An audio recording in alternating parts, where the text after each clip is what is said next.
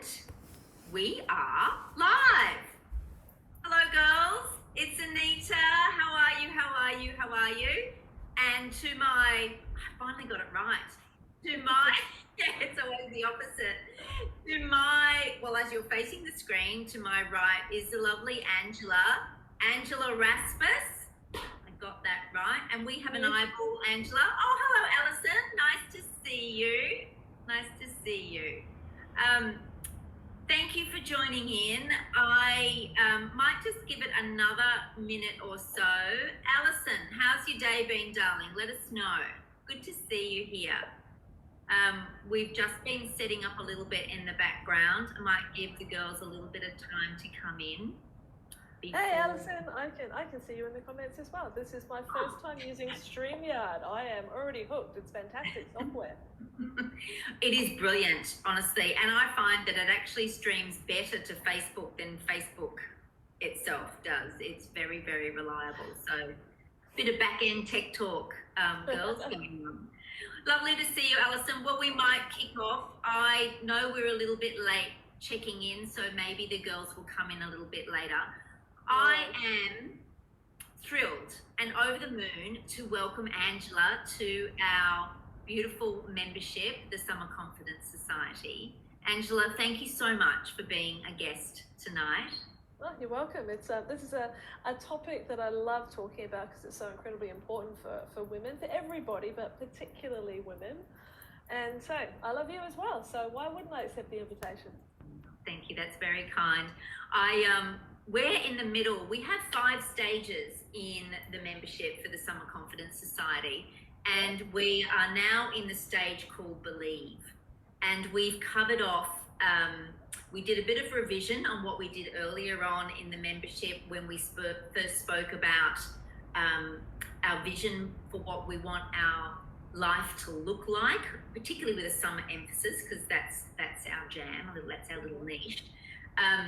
And then from there, we've done a few exercises in Believe and also See, but we recently did one called Because I Can, which was really around, I don't know, almost like getting permission, if you like, you know, the understanding that I'm the one that holds myself back at times, that I should do something that I really want to because I can. And it was almost like that permission-based stepping stone and understanding.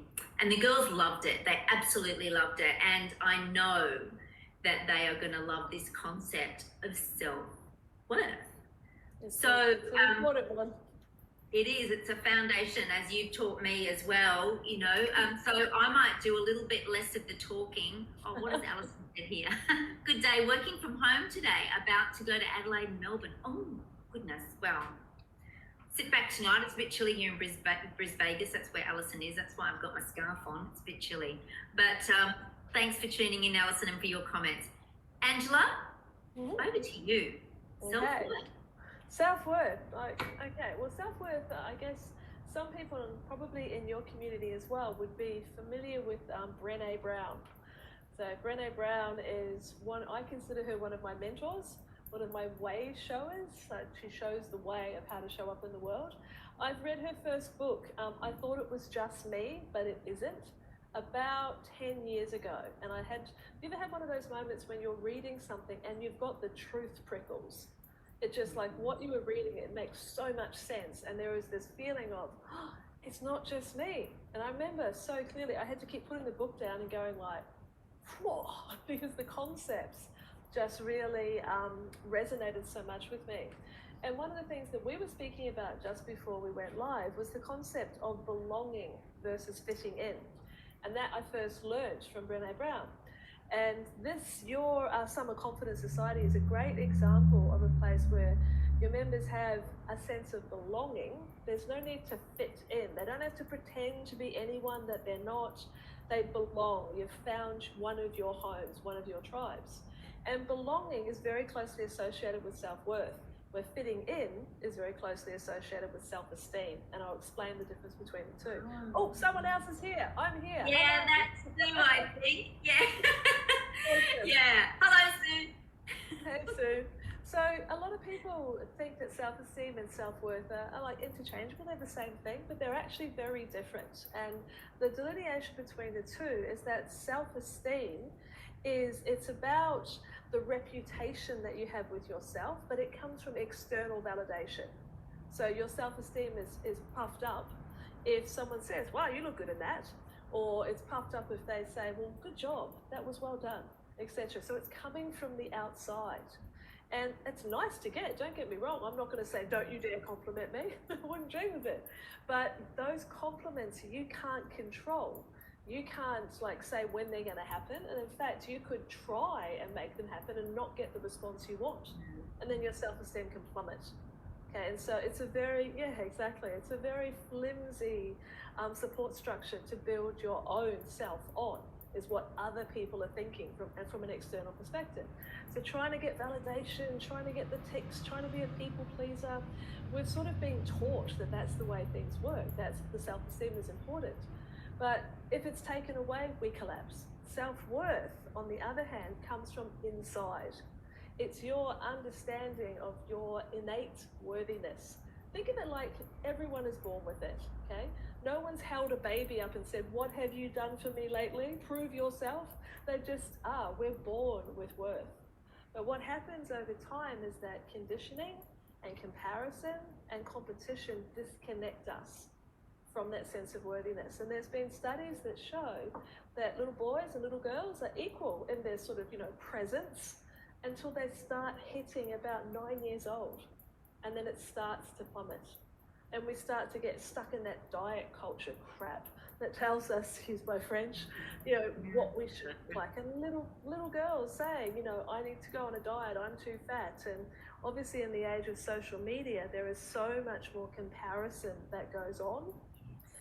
And that strips away those feelings of self-worth, because we're given so many of these ridiculous standards to live up to. And now I'm 52, so I'm one of the Generation X, and there's probably quite a few of us in this group who are in that state. Now, we were the first generation that were told that we could have it all, but we forgot that meant we had to do it all. And I found when I was writing my book, some of the research that I was doing showed that we were the first generation that basically had to do it all. We were told we could be anything we wanted, and we could have a great marriage and be a great mother and have a career. And when we realized that it was impossible to do all of these things at once, we were actually harder on ourselves than ever before. But it was that conditioning that society said that we should be able to do all of this. We hold ourselves up against that external validation we're seeking, and it really pulled us apart. And so many of the women that I support in my business mentoring now are high achievers who feel as though they're not enough, as though they're not good enough. So the self-worth concept versus the self-esteem is affirming yourself. It's creating like a really supportive relationship with yourself so that you've got a safe place to land. So if you have a bad day, if something you tried to do didn't work, you are going to have your own back. You're not going to beat yourself up. You're going to take care of yourself. In the self-worth trilogy, which is one of the concepts that I teach, there's self-awareness, so understanding what's going on inside, self-compassion, which is taking good care of yourself when the proverbial hits the fan or the goal wasn't met. And then there's self-belief, which is setting your sights on things that you want to happen and knowing that you can achieve them. So that's the real difference between the two. And when you have that connection to your worth, then it's like the birthplace of confidence and creativity and resilience and freedom and joy and all the things. But and all the things we are? All the things that allow us to basically do what you're saying, because I can. You are much more likely to be able to if you have that self-worth connection. That's the thing that really connects us. I'm just going to close Facebook because someone's trying to send me a message. Push them out. Yeah. So if you think about, okay, what are the symptoms of having a disconnection from self-worth? Okay, I've got literally pages and pages of them that I could share, but I just want to give a few because it's so common. But people often mistake it for the self-esteem. gap, they go and try and get more of the pats on the back. And then when that leaves you a bit empty, then they wonder what's happening. And that's because it's the self-esteem rather than the self-worth. So a real key disconnection symptom is when you just don't believe you or your work is good enough. Okay, you have problems loving and accepting yourself as you are. You criticize yourself, you judge yourself harshly, and sometimes you feel ashamed of who you are or what you do. You downplay praise. If you do get the praise, it's like, no, it was nothing. Anyone could have done it. Okay, because we can't accept that affirmation of self. We often think that happiness or wealth or love or whatever it is for other people, not for us. It's like we sort of missed that card when it was being handed out at birth.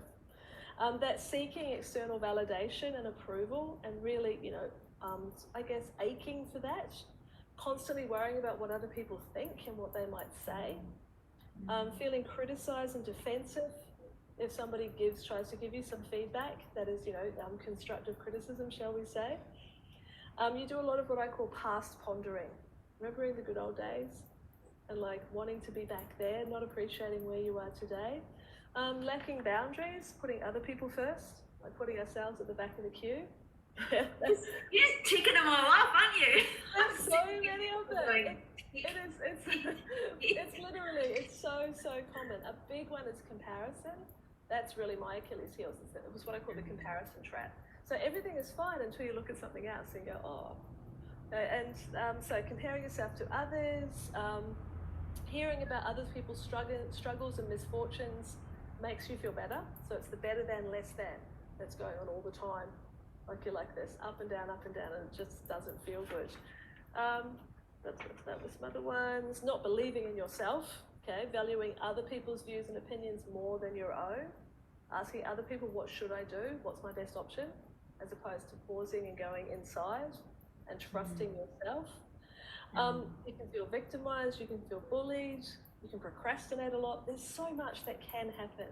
Now, I really want to make it super clear that if some of these things that I'm describing you're familiar with, that means that you are like in really good company, because that's the sort of stuff that happens because of the conditioning that's handed down to us, because of the sense of competition that is in our society, because of the comparison that we just can't help but do. So it's completely normal, okay? But it's not nice. So just because it's normal doesn't mean that we have to put up with it. We can actually take some specific strategies or put some things in place that can help us actually move out of that place. But I'd be really interested to see with the ladies that are with us, if any of those feelings, the not believing in yourself, comparing yourself with others, the looking for that external validation and approval, are these things that happen with you? Are these familiar to you? I think Anita's saying that she's recognizing some of them. How about Alison and Sue and Liz? At least 10. Sue, Alison, Liz. Hello, Liz. And there's somebody else that's here too. I'm thinking, unless that's Sue, because it says Facebook user, so I'm not sure if that's one person or two. But yeah, are there any of those signs that Angela just spoke of that resonate? Liz is going, absolutely, yeah. I think for me, it not so much, well, it is the comparison, but the putting others first all the time, and being the eldest child of 4, I was always conditioned that, your responsibility is to the others, and, the buck stops with you no matter what.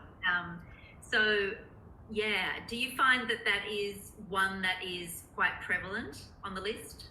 That can happen, but then on the other reverse as well, being the youngest child, there can be a real people-pleasing piece and getting attention and wanting that feedback, because there's some almost favoritism that can happen there. But what Alison's saying here, a piece that's just come up, is have self-worth in your business side, but lacking on my personal side. And yeah, we can see a split. The thing too, I guess, that helps there, Alison, to understand why it can be different is if we can make a differentiation between our self-worth and the value that we create in our business. That they're very separate things. And if people can recognize that the value in your business is set by the market to a certain extent, like if we can actually create and deliver something of value to the market, it's separate from ourselves. It's what we actually create. And so you can be really feeling great about what you do in your business, but personally that can feel very different. And with our anonymous Facebook user, it varies with what's going on at the time. That, to be honest, and yes, it can go up and down, but that is more akin to the self-esteem piece, because what's going on around us impacts. Okay, so if we actually lean back into our self-worth, we're not influenced as much by the circumstances around us, because we have that anchored relationship with ourselves. We can be more grounded. Now, I'm not saying that means that we race around all the time like Pollyanna and go like, yay, life is fabulous.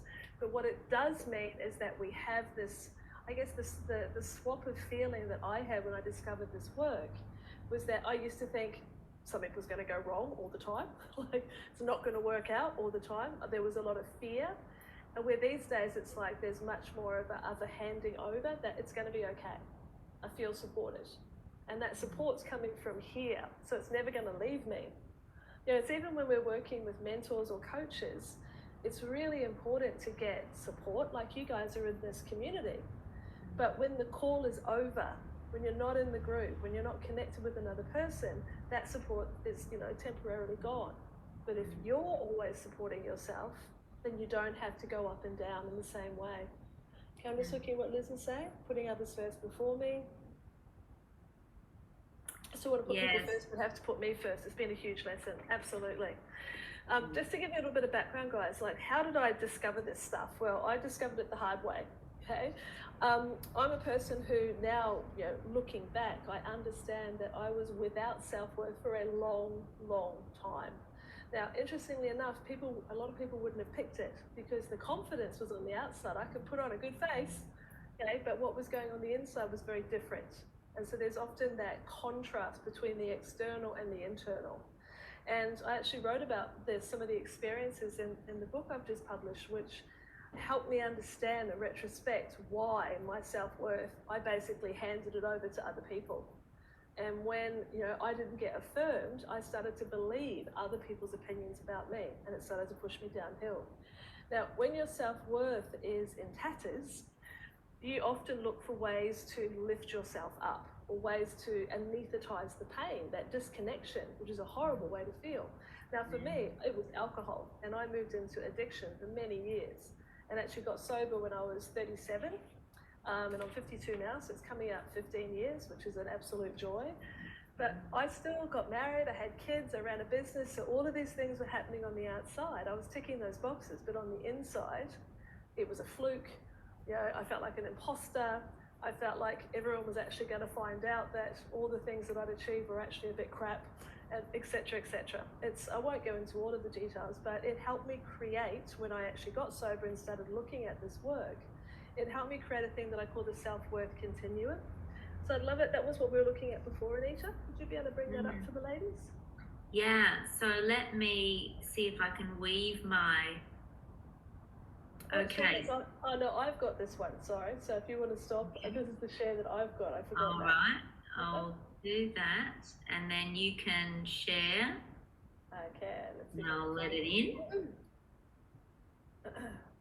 There we go. There he is. So when I looked back over the 15 years, and I'm not saying it's going to take you 15 years, this is just, perhaps I wasn't a slow learner, I was a thorough learner. I prefer that idea. But this is a continuum that I have like tested on myself, but also with a lot of my clients. Now, by trade, I'm a business mentor. Okay? I had a marketing agency for many years until I realized I was burnt out and wanted to spend a bit more time with my kids. So I changed my model into a consulting model and a freelance model so I could work from home. But what I've seen with so many clients, I could teach them a lot to do with strategy, a lot to do with business models, and sometimes it just didn't stick. And the reason it didn't stick was because people didn't believe in the value of what they had to offer, and they didn't believe in their capabilities and worthiness. And I started seeing this more and more, and this continuum started to be created in my head. So to give you a very quick understanding of how it works, the bottom two levels, the self-loathing that we can fall into, and I was certainly in that space, because I was challenged by shame. There was a lot of shame around, what I was doing and who I thought I was. And the key to move through that was a lot of forgiveness work that had to happen. And when that happened, then I could step into hope that there was another way and connection with other people. Because it's very hard to connect with others when you feel that you're pretty shitty, putting it plain.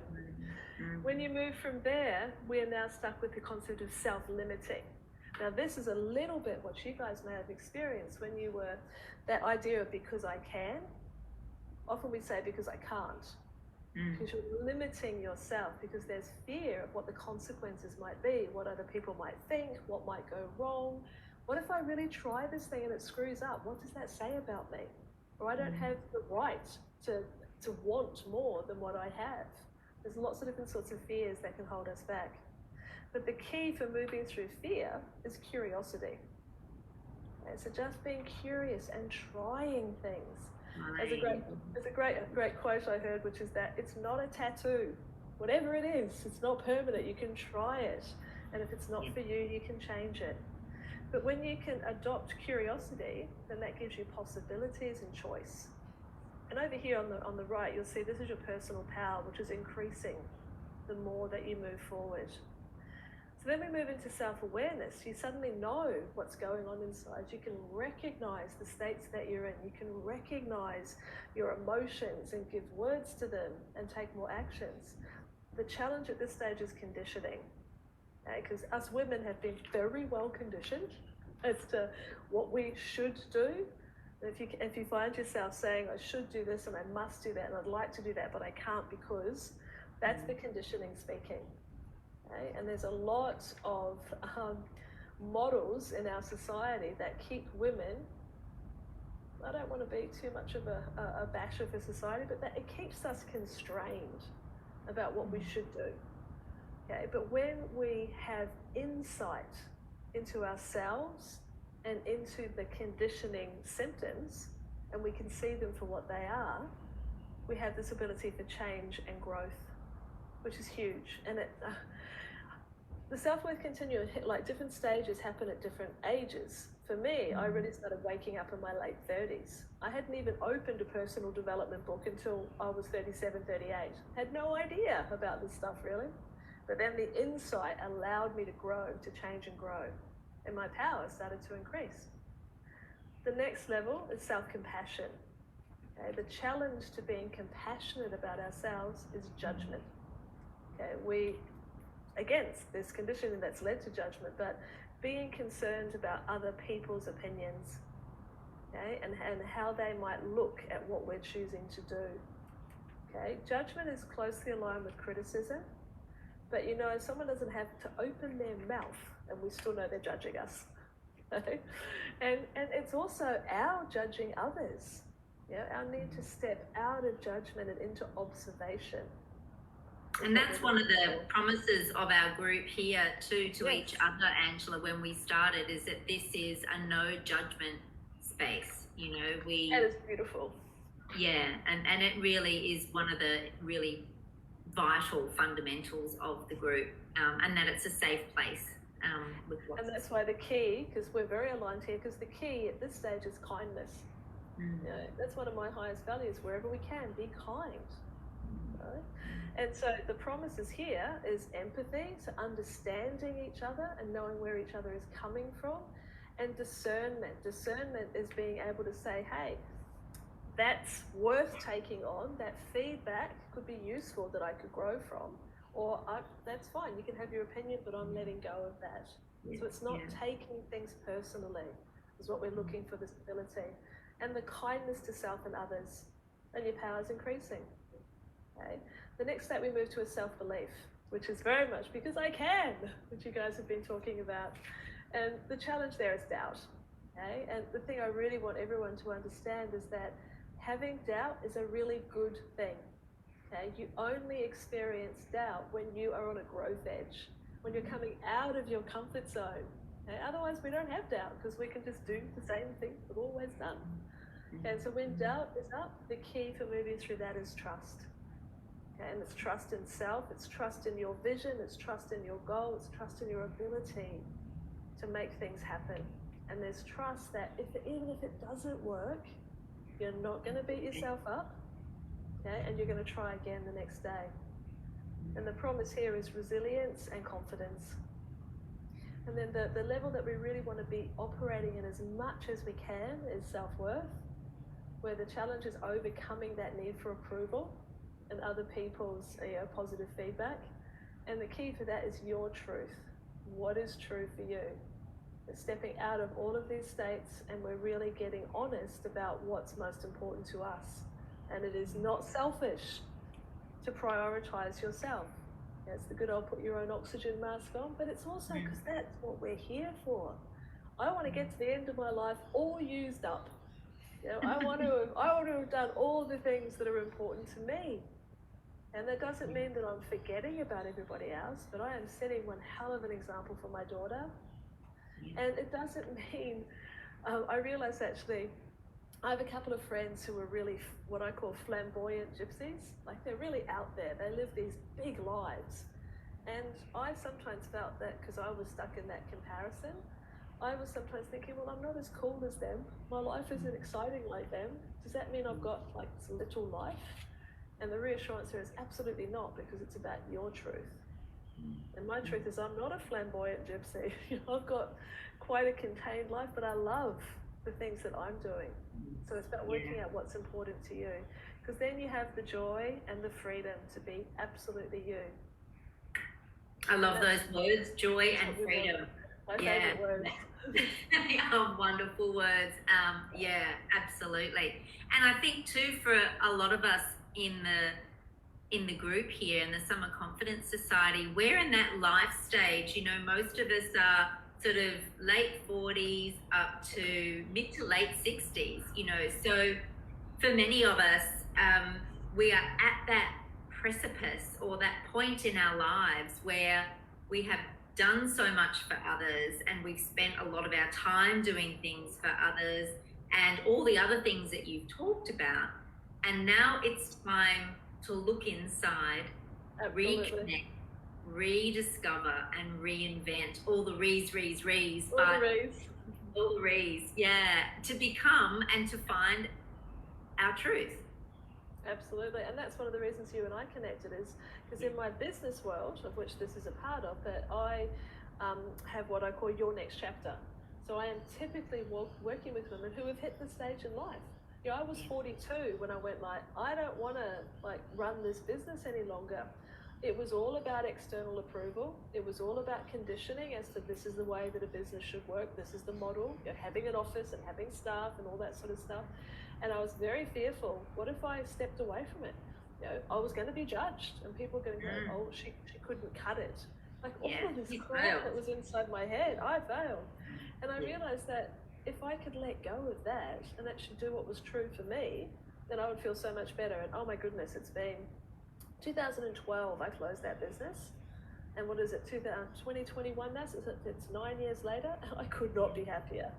But because it was what's true for me. And my business on the last 9 years has changed enormously. But this is still the piece that is most important, the joy and the freedom, my truth. Now, as I was saying before, it doesn't mean, who was saying that it varies with what's going on at the time. Just coming back to that, you will move around these. I'm not saying that once you get here, it's hallelujah. I will never lack self-awareness. I will never feel shame. I will never, be stuck with conditioning. No, you'll go up and down for sure, but you will have the tools, and I want to share some ideas here of how you can do it. You'll have tools to anchor yourself back up.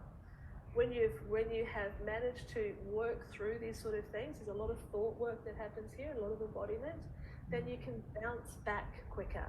That's what we're looking for.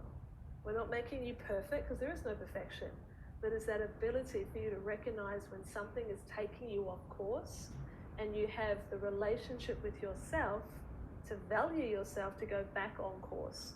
Nothing to do with anybody else, or to do with yourself. So, yeah, because we often don't have control over what happens to us, but we can master and get better at how we react and respond. And, you know, Liz, in what she was saying, Angela, just a bit of a context for you. Liz, you've had one of those huge, unexpected, you know, hits from the side with Blake, who had a stroke at the age of 19, right? So really, really massive changes for Blake and the family. So yeah, and you know, watching Liz recenter and try and navigate forward. Liz, I'm going to cry almost here thinking about it. She's a very strong woman, and yeah, all of those things that we're talking about. How do we come back to center and navigate forward again? It's massive, and one big piece when it comes to different strategies and tactics when to help us stay, you know, anchored, how you were describing, which Liz is fortunate to have, is community. You know, community. Not the same experience, but a similar experience was we had a lot of mental health challenges with my son, who had to be hospitalized for a while with a really, really very tough year in 2016. And at that time, the community that I had around me, the support that I had around me, including a naturopath, a psychologist, someone that I used to get regular massages off, you know, my doctor, my friends, like I had community around me that allowed me to keep going. And most importantly, it was hard to stay out of the space, but I wasn't beating myself up. This is happening because I'm not a good mother. You know, this is happening because I didn't do a good enough job. You know, if I'd been relying on self-esteem to keep me going, everything happening on the outside would have told me that I sucked, that I was crap.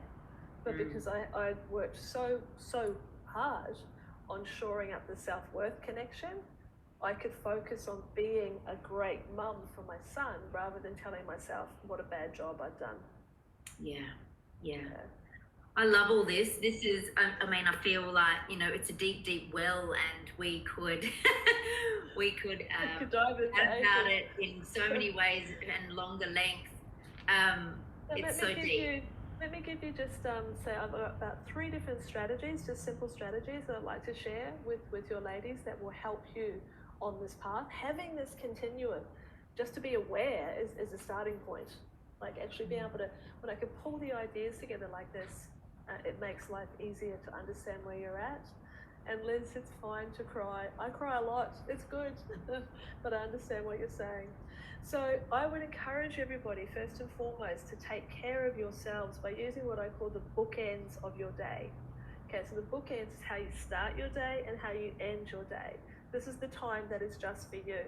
Now, and it's about being able to cultivate calm as much as we can. So I know not every day you can be calm, but these are important ones. So really simply, I use the Daily Calm app, which is a 10-minute meditation in the morning. Okay, just a 10-minute meditation. I got myself a gorgeous meditation cushion, a lovely shawl that I put around myself, light a candle, have some spray. I'm not a Zen meditator. I've got a monkey mind, and so I use a guided meditation. Now, I am now moving towards having a meditation teacher to try and try different ways of meditating, but that was my starting point. And 10 minutes of journaling. And my own mentor shared with me what we call the genius mind approach. And you are the genius mind. So literally, after I've meditated, so before I consume anything else, I take 10 minutes of just free writing. You know, genius mind, higher self, whatever you like to call it. What would you have me know? And I just write, just what's off the top of my head. It's really interesting when you look back over journaling and see the patterns that come up, and then you'll see them start to dissipate. But all sorts of stuff comes out of the end of my pen when I'm doing that morning journaling. But that is the 20 minutes that is just for me, and it sets me up. I have the same cup of tea every morning, and it just sets me into this great headspace. You know, asterisk, I don't manage this every single day. I manage it about 85% of the time. Yeah. But not every single day. Then the other bookend is what you do at the end of the day. Now, this is nothing new when I say a gratitude list is really important, but I give a twist to it as well. Now, the reason gratitude lists are important, and it's one of the things that I was first taught when I was started in the recovery movement, because I was really negative, the whole world sucked, including myself, and having a gratitude list, it forces you very gently to filter for the good. So even in the crappiest of days, we can find just a kernel of good. So I just put down 3 to 5 things that I'm grateful for today. It takes me a couple of minutes. But then I put one last twist, and what I'm proud of is, and it's got to not be about my kids, not be about anybody else but me. Okay, what have I done well today? Yeah, so it's self-appreciation. Okay, so those are the bookends of your day. So that's one strategy that I suggest. Yeah. The second one is having a fabulous file. Okay, so a fabulous file is, as the name would suggest, it is evidence of your fabulosity. Okay, so it's a physical file. Like I've got, it's a great twist. It's a simple one, but it's a goodie. It's up here in my office. It's physically a great big box. It started as a little box. Yeah, you just go down to one of those cheap and cheerful shops and you get yourself a box you like, and you put things in there that remind you of how life is great.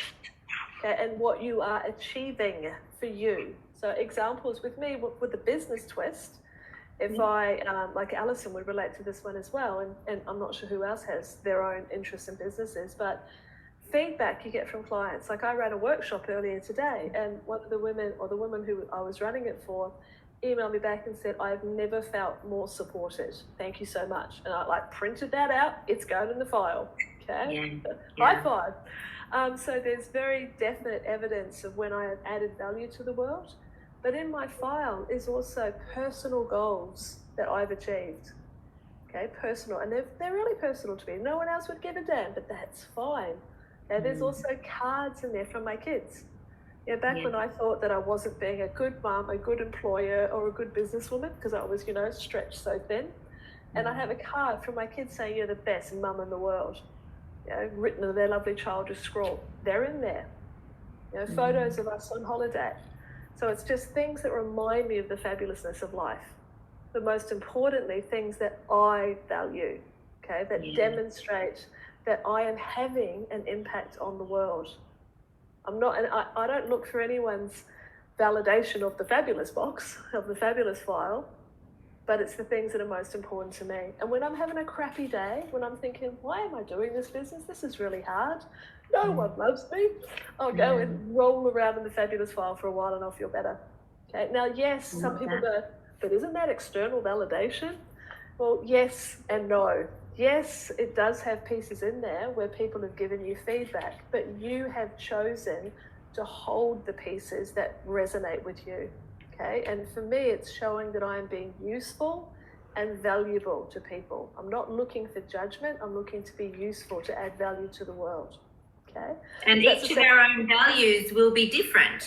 What we value. Yeah, at the beginning of when we first came together with the Summer Confidence Society, there was the concept when we were talking about our vision and whatnot of, we wrote a letter to ourselves first. Yes, I love that. And there was the concept of the North Star, which I sense is similar in it. Again, it's a point of anchor, or, that beacon in the dark, that when you feel like you are lost or you need to recenter and find a path forward, it's that thing that you can hang on to. It's your values. Absolutely. Yeah. Your values are incredibly important. So when I'm helping women in their businesses, one of the things that always has to be at the core is alignment with values. Because if your values are not in action in your business, it's not sustainable, emotionally or physically. It really, really isn't. Okay, so the next one, a couple more to go, is naming and observing your inner critic. Okay, that's that. Oh, Alison, you can put memories in there that you don't physically have. I had a client I was talking to about this yesterday.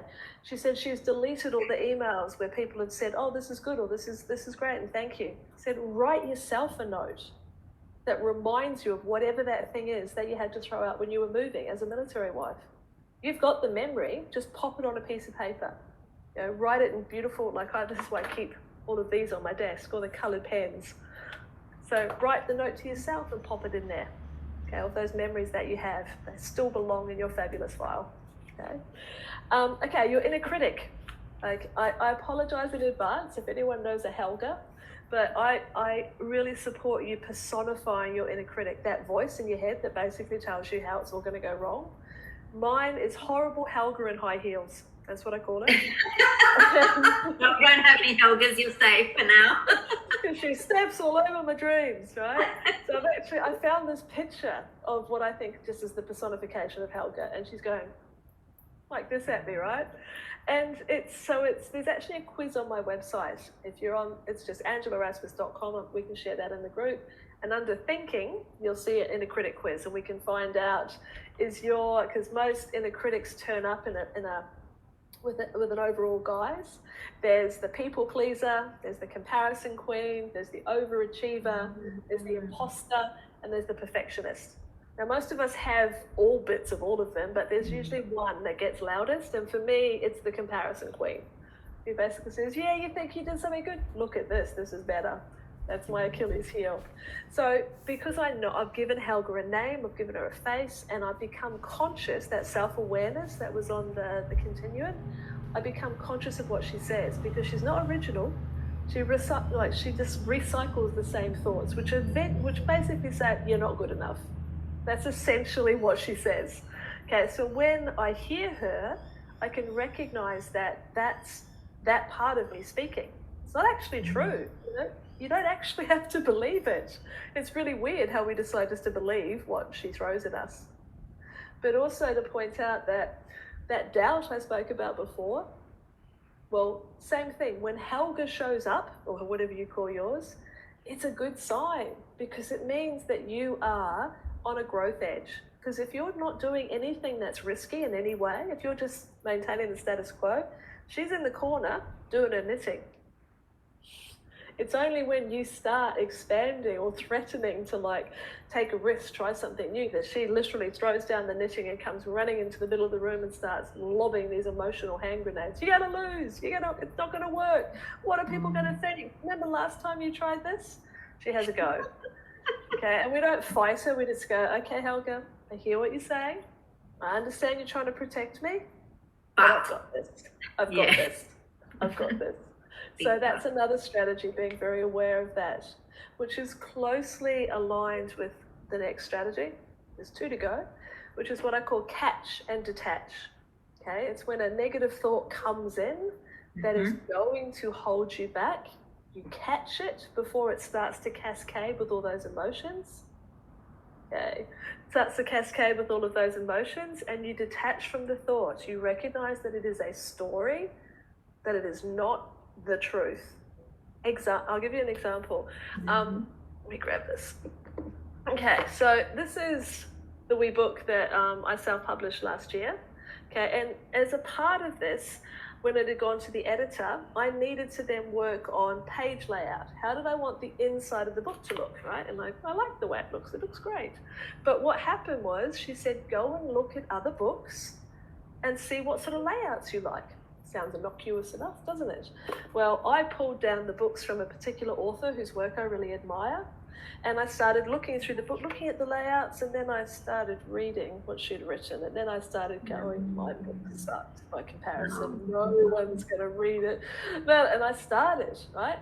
That spiral began, okay? But because of this recognition now, because of that self-awareness, which we can all develop, I went, it's happening. I caught the thought and I detached from it. I went, okay, breathe. And then I replaced the thought, okay? And this is where the self-compassion comes in.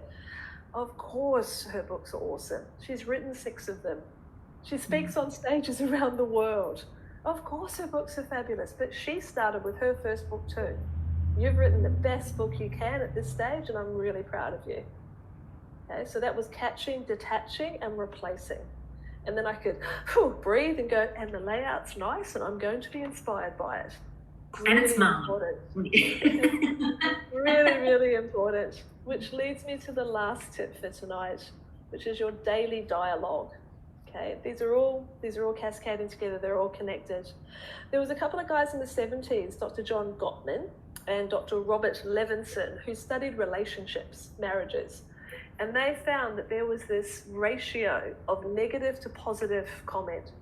And just by watching people and listening, they could work out to like a 90% accuracy which marriages were going to last and which ones were going to tumble over. And the magic ratio was 5-1. So for every negative comment or criticism of some type, there had to be 5 positives.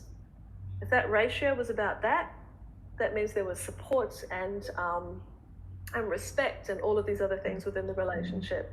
Now, I reckon it's the same for us.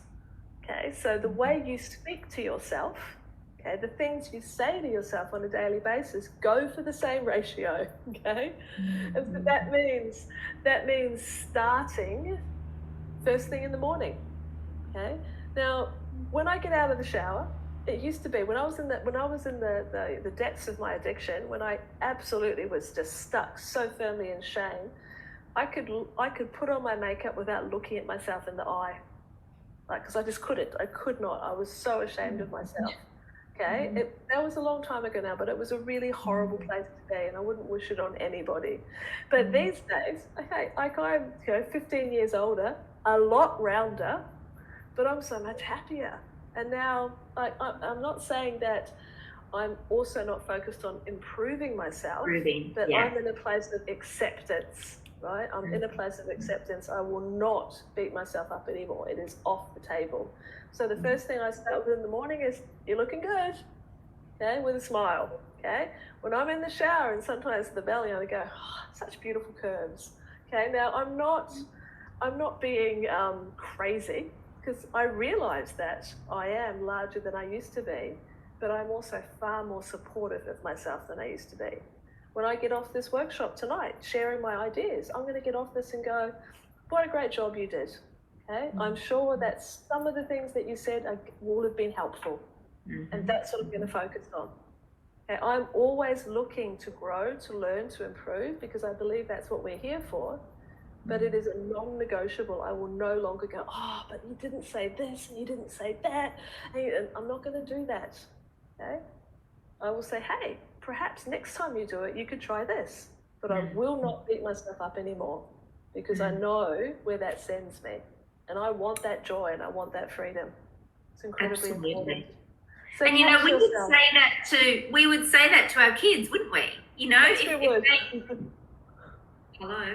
Now we need to say it to us too. Yeah. And so that's why that whole concept of self-worth is that relationship with yourself, and that knowing that no matter what happens, you have your own back. You are a safe harbor.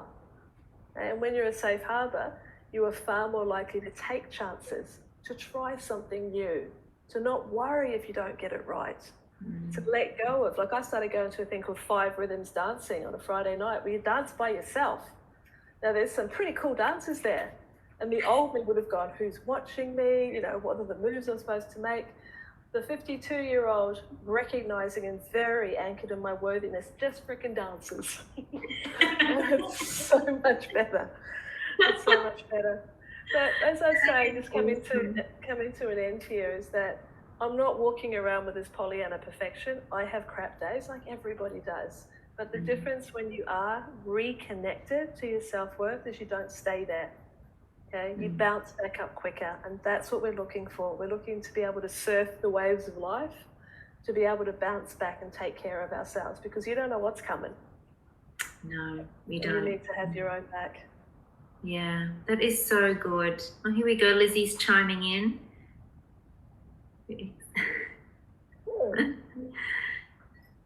Exactly. I will Diet Coke to that. Absolutely, Liz. You are a champion. Thank you for sharing all of that and entrusting us with your truths. I appreciate that. And Liz is phenomenal. You know how we do the Cozy that's how we connected, through the body image and self-worth concepts through Cozy Confidence, the campaign that we run. And we were talking about that the last Zoom call that we were on together. And Liz did one of those shoots bald. Fabulous. Because she had, she's in the midst of her cancer treatment. And so, yeah, just incredible. Absolutely, Liz. And that's, the thing is that we're who we are because of what we've experienced, not despite what we've experienced. Yeah. When I first, my personal battle, as I said, was, moving through addiction. And when I first was in the recovery movement, I didn't want anyone to know. I was so ashamed, so utterly ashamed. But now, I don't care who knows. I really don't. Like, the person I am today, the empathy and the understanding I believe I have today to give to others is because I've been right at the bottom of that scale, absolutely stuck in self-loathing. I know how it feels. And we get there for many, many different reasons. But it's possible for all of us to back ourselves and move up. Yeah, exactly. You do what you do because you can, and you wouldn't change a thing. Me neither. I never thought in a million years I could look back and be glad that, I suffered an addiction. I'm delighted. I wouldn't change it because it's really contributed to who I am today. So guys, there was so much, lots of ideas I've shared here tonight. I don't want to overwhelm you. I want you just to pick the pieces that resonate and to think, what is one or two things I could start incorporating into my everyday that are more about self-support, about creating that supportive relationship so that you can spend more time on that level of self-worth with that freedom and that joy. I love it. I call them joy jolts. I get joy jolts now. I never used to get joy jolts, but I've even been caught singing in my car with the windows down, which I never would have done. Go you. So, I want joy jolts for everybody because we absolutely have this innate worthiness. It's never a case of am I valuable? It's only ever a case of how will I express that value and that worth. And from what I hear about your beautiful community, the women have that sense of belonging so that they can show up fully as themselves. And that's a gift that you've given to them and that they give to each other. I think it's a beautiful thing. Thank you. And I love the gift that you've given us tonight, that you've given to so many women, Angela. I think you are incredible. And I'm just in awe of what you do and how you support and lift women up. So thank you for sharing your extraordinary insights tonight. They're gold, they're gems. Thank you, darling. I appreciate the opportunity because the more people who know this, the ripple effect. What we're after is the ripple effect. Yeah, you absolutely do, Liz. She is an amazing chick. Did you guys know that I actually interviewed Anita on my podcast? So you can hear about the insides of Anita. So you should share that link. Yeah, we can. So because the way StreamYard works, girls, is that we can't actually post comments into the group as we go along in the stream. So what we'll do is, thank you, Alison, we will, I'll put some other connections in there, some where you can find Angela. And Angela's also going to be in our group for a little bit longer. Special permission, high security clearance for Angela. Just so you can put any questions in there or keep a bit of the discussion going, which is very generous offer. Thank you, Angela, because there is a lot in what you covered tonight. So what I will do when I'm in your group is that I will, some of these things that I've talked about, I'll just put them out so that that's like some text into the group. We'll put the self-worth continuum and a few other odds and sods so that you can reflect on them. And just a hint, what I just did, Anita, is I just took a quick screenshot of the feedback, because what that does is it's showing me that I'm being useful. And that is what we're all about when it comes to connecting with self-worth. It's being useful and adding value, not being evaluated. So there is evidence for me. And guess where it's going when I print it out? Going in the fabulous file. Fabulous file. Yeah, that is so true. If you can't add value, that's what it's all about. Absolutely. Yeah, that's what we're here for.